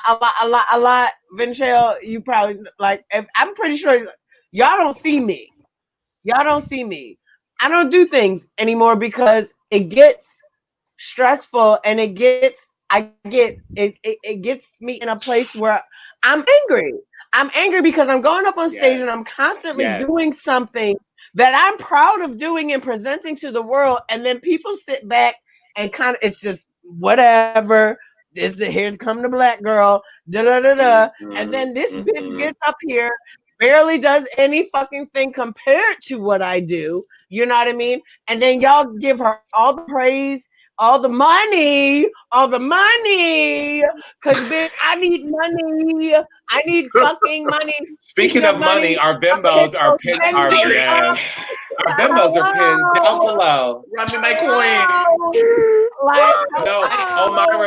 Omyra, that's so. I think you hit the nail on the head for that, especially with me. I think there will be times where I would literally get upset. I would find myself, and I would tell myself, why I get angry? I'm like, why am I even putting myself in this position? And on Tuesdays, I'd be like sitting up there hot as fuck on Tuesdays, being like, oh my God, I guess I'm not good enough. Because people, every time I get on, people will have their phones shaking. And then when I get on, that's when they go smoke their cigarettes or go to the bar. And I'm just be like, I don't get it. I don't get it. I just don't. It's so rude. Question for y'all. It's so rude. It is very rude. I definitely have experienced that too with like singing stuff. Like they'll go up for their like white girl that sings indie music, but then like the minute I go onto stage and like I perform something, like it's not taken as seriously. Oh, like let me go get a drink at the bar. I'm not gonna pay attention. I don't get tips and whatnot. And it's like, okay, but like you spent all this time sitting here watching this indie girl and do R&B stuff taken from my culture here. But the person that wants to actually sing an R&B song on the stage that is immersed in that culture because it comes from their background, you don't want to pay attention to. You don't want to like give them the time of day. And it's very frustrating sometimes because I don't feel like I should allow myself to put my artistic value in the faces of people that don't want to like reciprocate it at all. But like at the same retrospect, like I'd also need to realize that I need to make money, so maybe they may give me something a little bit and whatnot. And it's also like it's kind of feels dehumanizing sometimes because it's like you're damned if you do, because if you don't do it, you don't get paid, and if you don't, well, damned if you do. If you do it, but like you don't get no attention or no notoriety or whatnot, you don't get paid as much. Damn if you don't get paid at all. And it's like I just don't know which one to choose sometimes because it's like I'd rather just like kind of just not even put myself out there because I don't want to have to go through this struggle of feeling like I have to like work 20 times harder just to get scraps from like while my other competitors or people that are working with me are getting more money, more opportunities, and people are falling over them and whatnot. I have a question for the group. Do we think that this feeling of having to overdo everything kind of circles back to the conversation that we had about hosts? And whenever they introduce a black queen, they're always like, or any black performer, they're like, this next performer is about to pop it, lock it, and take us to the streets. Like, and they just like build us up in a way where like people expect us to be like backflipping through the curtain. Like, not pop it, lock it, and take us to the street. Like, they always are like, when somebody will, it's gonna be like that. See, I want someone at the next show. If any one of y'all are hosting, please intro me like that, please. Only intro me like that. But do you think it has something to do? Don't feel like I'm gonna hold you to that, and I'm gonna do it. You gonna forget? Do it. Actually, do it. no. Do it. Coming up soon when we have that thing. Do it. I'm not gonna. That actually sounds like when people describe me as like bangy or energetic or like the dancer, and then like everyone gags when I pull out Dorothy Dandridge. That's what I'm saying. It's like black people are supposed to be taking. Because you can't know. You can't never. People are you shocked. know that? People are shocked if I do anything outside of hip hop. It's like anything outside of hip hop. Because what I don't know one drag queen that only listens to one type of music. They might perform one type of music, but nobody is actually. If you're an artist, aren't you pulling from different medias to get inspiration? I love to play Chicago. I don't understand why you would think that I'm just any day. Yeah. Yeah. Like, but you're black, so you only can pop and lock and drop and take it to the street. And take it to the street. I just started when they were like, that's gonna be my new thing. Take it to the street. I love that. That's a good song. I feel like I feel like that's literally been an intro for me, like multiple times. That's what I'm saying. Is that it's always like this queen's gonna turn the hat, like turn everyone's pussies out, and then I told y'all about how I. Right, I've told y'all about one of the times when I got introduced as hood and ratchet, blah blah blah. But at the end of the day, listen, it happens. Oh my God, white people, if you're watching, do better. But from now on, I want you to introduce me as someone that's going to pop it, and take it to the street. I better get royalties for that, bitch. You will. You will. Every time. That's going in the bio. That's going in the bio. That's going on the street shirts now available on every merch website. Right. But so we don't have that much time left. So what I want to do is I always like to end the Black Diaries with something really, really, really like on the positive, on the happy note, and something that can get to know us a little bit more. So what I want to do is for this, I would like to know how everyone got their performance names. I want to know how we got our names. Let's talk about it. Now let's be a little brief because we don't have that much time, honey. But I want to know. Well, it's not like we're getting cut off, but you know me. I just like to keep it. I like to keep it too. But I'm gonna start first, and then we'll go around, and then we'll talk about how we got our drag name. What happened? What'd you say, baby? I go because mine is a long, drawn out story, but I'm gonna try to make it brief. Make it brief. Okay, but I'm gonna start, and then we'll go around. But so drag names or performance names. How did we get them? So it's like every Black Girl Magic, I like to. Excuse me. What show are we at? Every Black Diaries. I like to. I'm confused. Every Black Diaries, I like to end. I'm gonna start ending with something like on a good note, something that how they can talk. A high note. On a hot. You're silly. All right. Anyway, so y'all better stay. So listen. So I got my drag name, Vinchel. Okay, so I went to the University of the Arts where there was about 3 Black people there. It was myself, one other person, and the janitor, and we. That's what it was. We would look at each other. I would pass him, and I'd be like, "Hey, bro."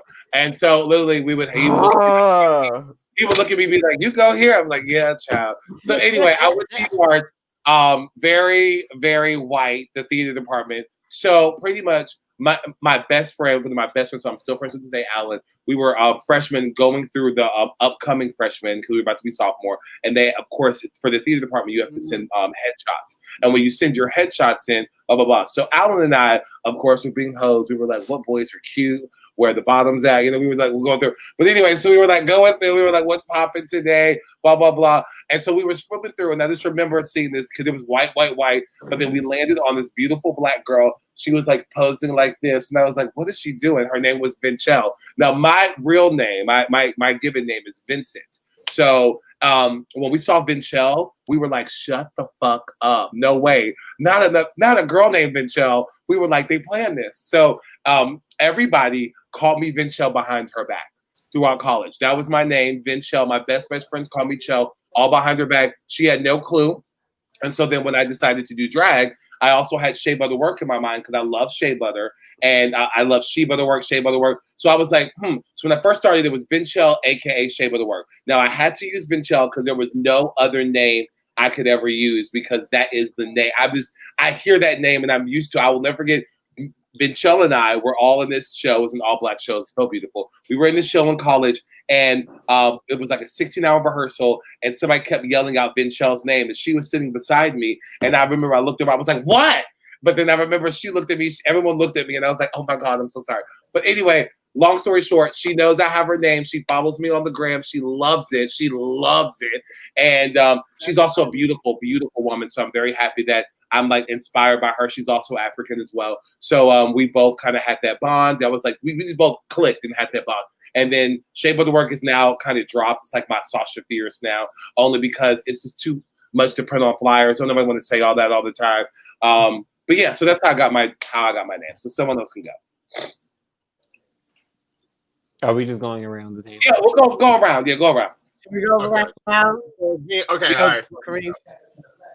So my actual stage name before I changed it to like Kareem the Ant, was actually the Zesty Queer.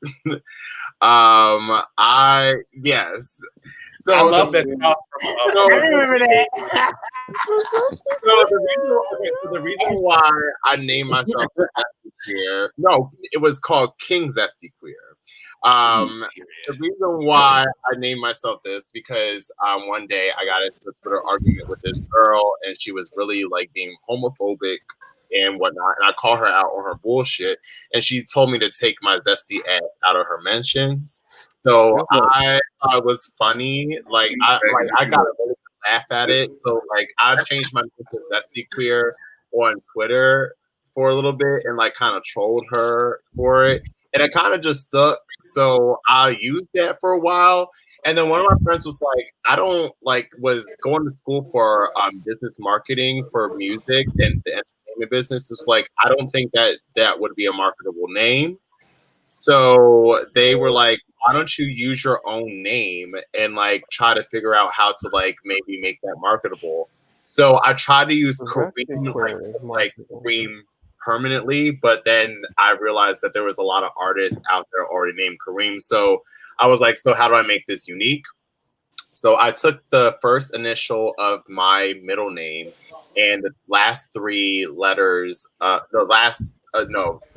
first three letters of my last name and just said Kareem the Ant and like kind of just worked with it a little bit and I kind of liked it and whatnot. So that's how I got my stage name. And then I'm also going to be soon debuting my drag persona, Barry J. Blige.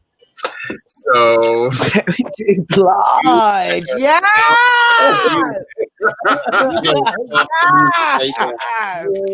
Very J. Blige. Yes. I have a question real quick. Do you pop it, lock it, and bring it to the streets? That's all I want. That is the question. And some boots, and you know, I'm gonna Okay. Right. Want to play house no Barry choreo, you know. Okay. I'm part of the Barry family. Barry Tyler Moore is my drag mom. So like work. Because like I don't feel like I want to shave my beard, but I also do want to do drag. So like it just fit perfectly for me. So like, and I love Mary J. Blige. So like I thought that would be really clever. Just like Mary J. Blige, yeah. I love it. All right. Donyx, I've known you as another name, but go ahead, let's talk about it real quick.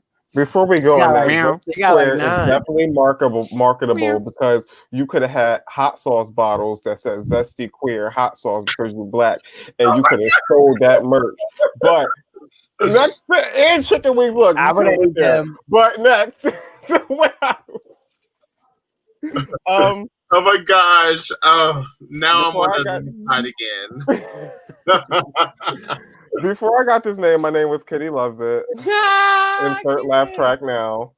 We're not going to talk about how I got that name, but that was my name. And, okay. But as a kid, I loved cartoons. Well, anime specifically. I love anime. I love anime to death. And Sailor Moon was my favorite cartoon in the fucking world. And I like the Sailor Scouts was boss ass bitches, but I just loved the little villains that happened every episode. They were just so weird. They were kooky.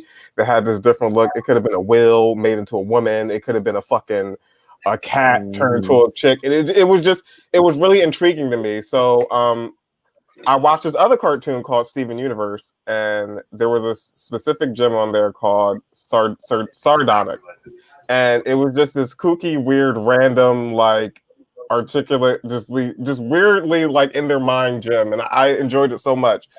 But during this time I was going through like a deep depression because Philadelphia kind of like literally destroyed Kitty Loves It mind and just made me feel like I was not worth performing. So I just, like I said, Avery, take a break. I took a break, a very long break, and I after watching Steven Universe and saw that gym, it just made me really want to do drag and like just be that persona again, like be that actual persona, like because that's actually how I am. So I just wanted to be how I am. So I changed my name to Sardonyx, and it's kind of a play on words. Like if you're sardonic, you're being to mock or to pretty much sarcastic. So I mock drag in the way that I do because I don't wear titties. I don't hit on nails. I have a mustache and a beard about 75% of the time. So I mock the art of drag and what I do. So, and then also it's funny because Sir comes from when I'm in like Ubers or Lyfts and I'm in like full drag. Full drag, wig, lashes. Like I feel cunt, like I'm a woman.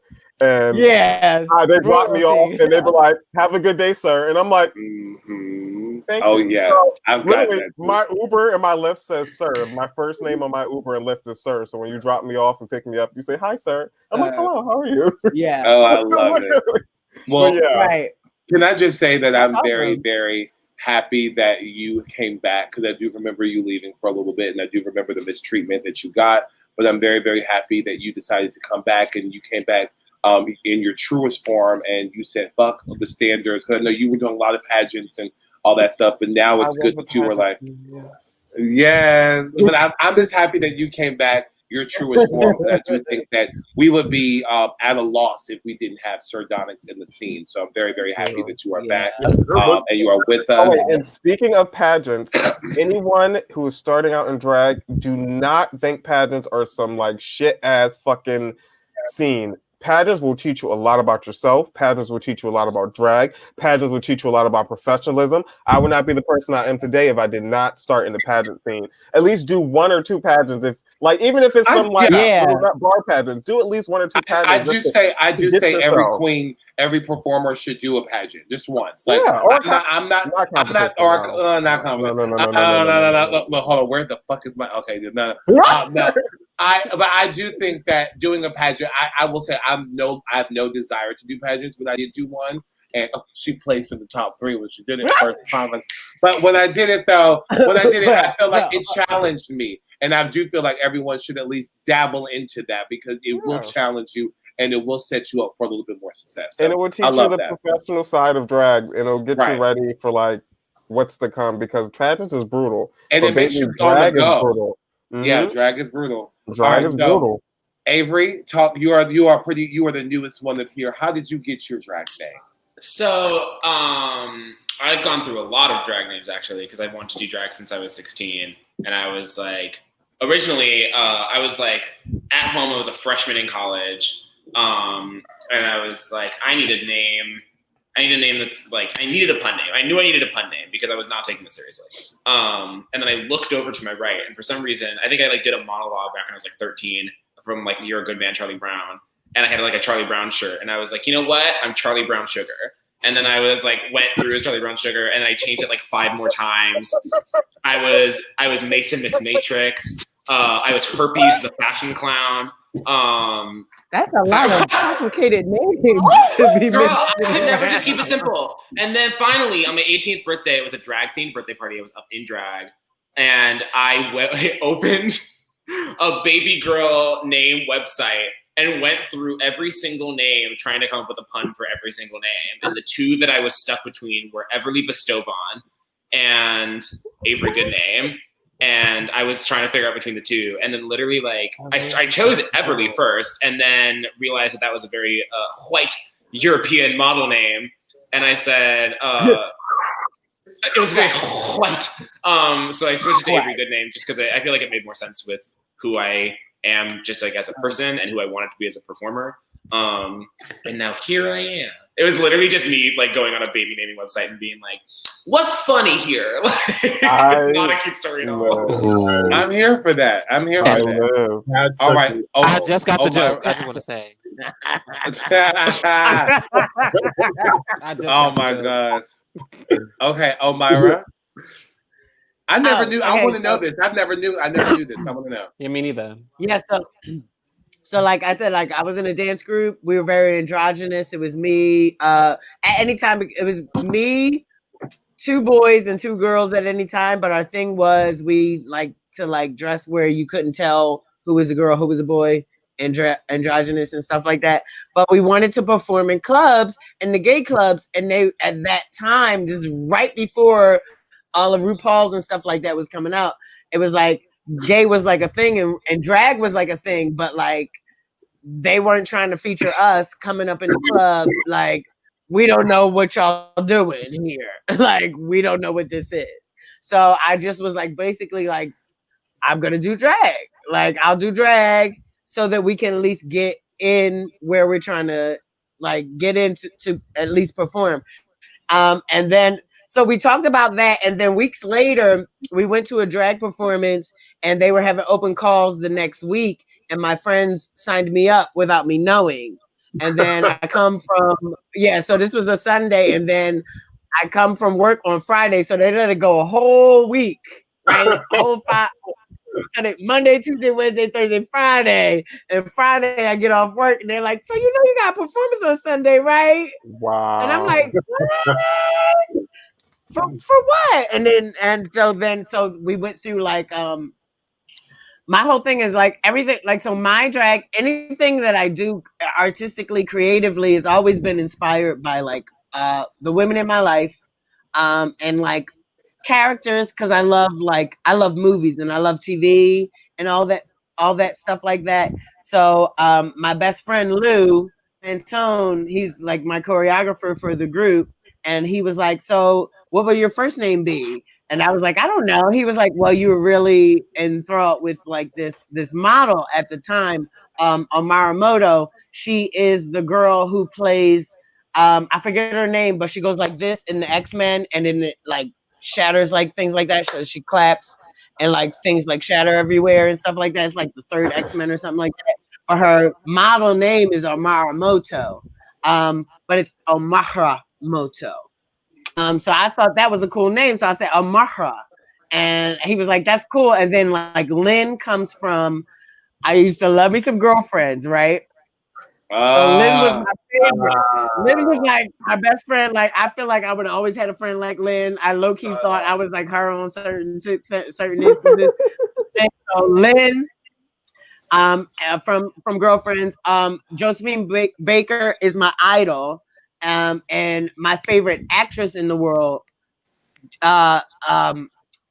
Jesus Christ. Oh God, like, we're not gonna do this. Lynn Whitfield. I thought it was Jesus. Oh, I thought you were talking saying that Jesus Christ is your favorite actor. Right? I thought it was Jesus. Donyx, you know your camera's off. Yeah, I know. I'm coming. No, but she is my Jesus. But Lynn Whitfield played like my idol in a movie, and she got like an award for it. So I was like, oh, so Lynn, and my mom's middle name is Lynn. So I was like, Marcha, Lynn. Oh, that sounds cute. But then I went into the clubs and they couldn't, when I would spell it, they couldn't figure out how to say it. So they was like, They said harmonica Lynn. But did you? But did you bring it to the street? Each and every single time, I brought it to the streets now. Okay, I brought it to the street. Cool.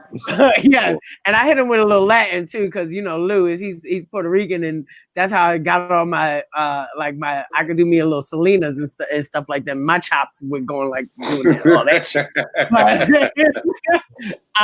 So then I was just like, let me just simplify it, because like these white people can't, like, when I write my name on the thing, like they don't, and I'm trying, and I would spell it phonetically too, like how you can say it, like how it needs to be said. So I write it and then like write it how you need to say it, and they still couldn't get it. And I just was like, so let me just Omyra, honey. And then my friend was like, "Oh, you want to put an H at the end?" I said, "No, they can't handle the H. They can't handle that. They can't handle the H at the end. Let me just Omyra, Lynn, okay, and call it a day. Like, please." Wow, well, I love that. I never knew that. I love that. I truly do love that. All right. And now we're going to go on to Dalyla, Mizani, Cristal, or as some people like to say, Dalyla, Mizani, Cristal. But no, I'm joking. I'm joking.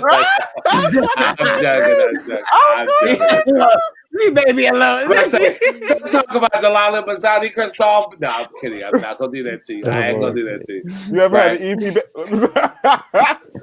Okay.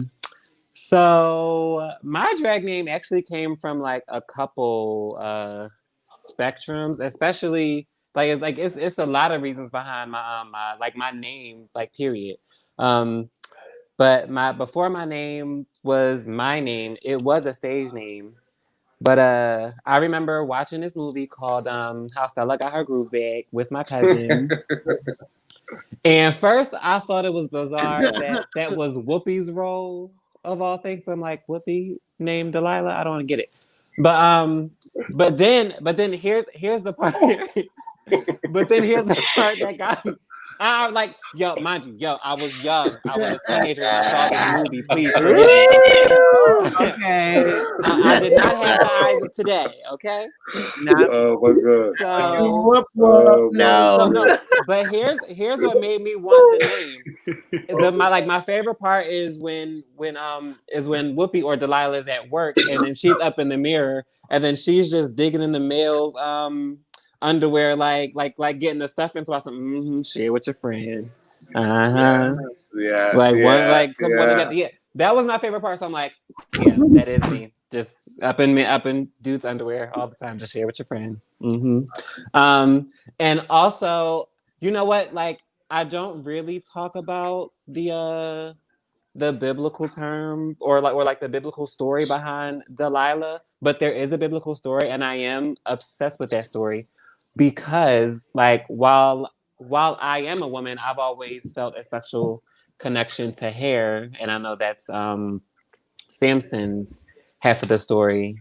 So that's why I decided to keep Dalyla.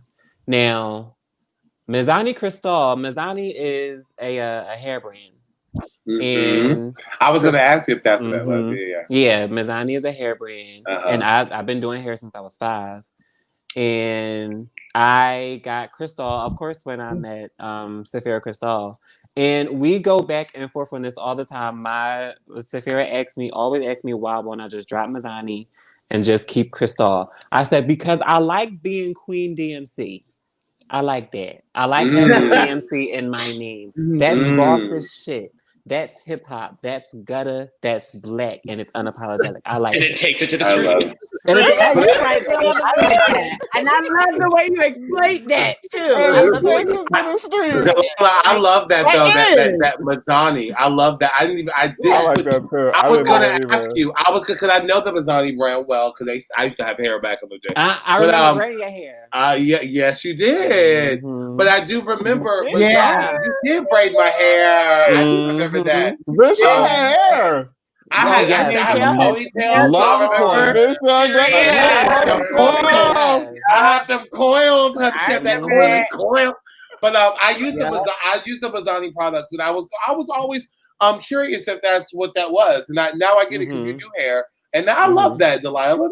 That's beautiful. See, y'all. I love how we can get to know each other more here on the Black Diaries. And with that being said, And with that being said, y'all, we have had such an amazing night. Thank you all for tuning in to the Black Diaries. One more time, make some noise for Mixed Leather 2020, Kareem Deont, everybody, aka Barry. Well, Barry J. Blige coming soon.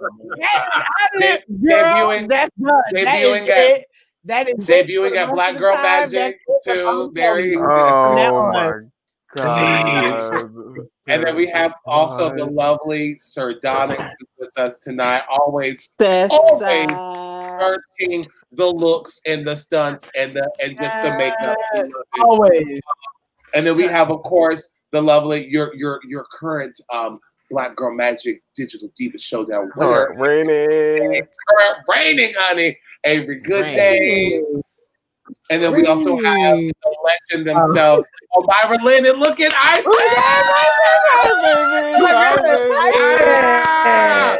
And the goddess Isis, y'all. Can I also just say this before we go off live? And I want to say this with Isis here.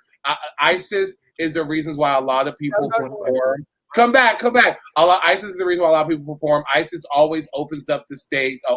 Isis always opens up the stage for all of us in Simple Sundays and stuff. And I just remember always just being so welcomed. And Isis, just know that you were so well loved, and we love you so freaking much. And to interrupt, to say I played a game on my show recently where I asked the contestants a question: who ran a show back in the day where someone young, you could be about 17 or 18, and get into the bar and like see a drag show? And none of them could answer the question correctly because obviously they all were like young. But it was Isis, like literally, I started off drag young, and like I got to see a drag show being 17 or 18. I don't know how fuck old I was, but I got to go to a bar. Aquarius' very first show was at Taboo. Aquarius' very first show was at Taboo. At a Simple Sunday. And she was not. I literally used to walk around and see that. I'm like, who the fuck is this white twink? And then saw her on TV, and I was like, fuck, I should have talked to that white twink. Like, God damn it! But no, Isis had me in the clubs at 18. Isis had me up in Taboo at 18 years old. I was we love everything that you do. Up in the dressing room and be like, ain't nobody. The baby's up in the dressing room. We watching her and stuff like that. You know, and I was never pressed for a drink ever. No, never. No, you just do her show and what she get to do. Yeah. But no, Isis, like we absolutely love you, and I just everything like every time your name comes up or you watch our views, I'm just like, oh my God, you don't understand how much you are so loved, and you've opened the stage. Oh, I love y'all. I get so much inspiration just from watching y'all, and like y'all were talking about taking break earlier. It's like you gotta refill your vessel in order to pour it out into somebody else or something else. So I draw my inspiration. Like I try to tune in every fucking Wednesday and every time. You do. I know. Oh, y'all really inspire me right now. Like I'm just like I'm on fire. I got the Holy Ghost right now. As long as you can take it to the streets, that's all we ask for. But look, I'm about to pop it, lock it. Ladies and gentlemen, she's about to pop it, lock it, and take it to the streets. Please intro me next time like that, Isis. Please. Now available on my Redbubble. Oh my God. Well, I love you. I love you, and thank you so much for always your support. You always tune in, and we love it. I love it, and it's just keep being you because you're amazing. You're amazing. Look, I'm trying because I forget to be other people. So it's I'm get that age, I can only do one person at a time nowadays. I cannot. Oh my goodness. Well, I love you, and thank you for coming on the Black Diaries tonight. Come on now, yes. And then of course we have the lovely Dalyla, Mizani, Cristal, Baker. Yes. Well, we appreciate you all. Get fucked up. Don't do that. Don't do that. Don't do that. But y'all, thank you all so much for watching tonight. We'll be back next Wednesday for a little special edition of Black Diaries. We'll talk about that later, but it'll be a little special edition, honey. But we appreciate you. We love you, and we thank you. And we'll see y'all next week. Have a good night.